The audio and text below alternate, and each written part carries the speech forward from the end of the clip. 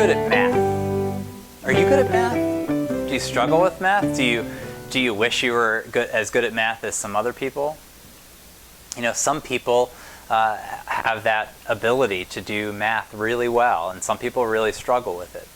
Today I want to tell you a story about a woman who was really, really good at math, and a lot of times people didn't realize how important she was in some really, really meaningful projects. Her name was Katherine Johnson, and she was a mathematician for NASA. You know, that's the governmental agency that sends people up into space. Katherine Johnson was really important in NASA and sending people into space, sending astronauts into space about 50 years ago. And so I want to read her story. And her story of Katherine Johnson comes from this book, Little Leaders, Bold Women in Black History, by Vashti Harrison. I'm really loving this book. There are so many good ones. I'm only going to read a select few, and you can definitely pick this up if you want to read more. So let's read about Katherine Johnson. Judging by the way Katherine took to math, you would think it was her first language. As a child, she counted everything. She skipped 7 grades and graduated ahead of her older siblings. As a young woman, she became a math teacher, but her mentor at the University of West Virginia encouraged her to pursue a career as a research mathematician. In 1953, Katherine got her chance.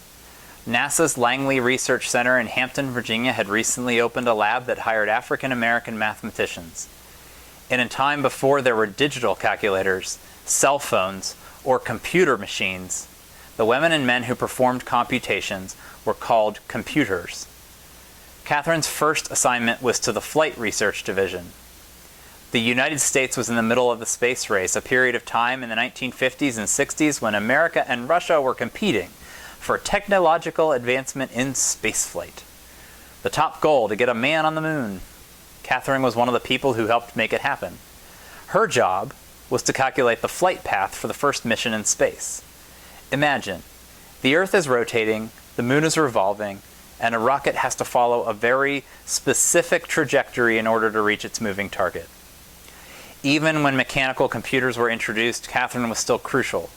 She continued computing at NASA until her retirement in 1986, and her work influenced every major space program up to that point.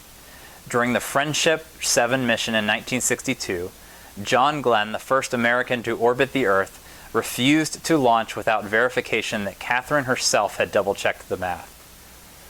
In 2015, President Barack Obama awarded Katherine the Presidential Medal of Freedom, America's highest civilian honor. You know, Katherine Johnson wasn't alone, and there were other women, other African-American women, who worked for NASA in that time.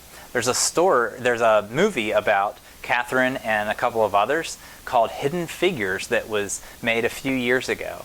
Maybe if you haven't seen it, you can ask your parents if you can watch it sometime. It's a really wonderful movie. That's it for today. Join me again for Story Time with Kids with the next video to come.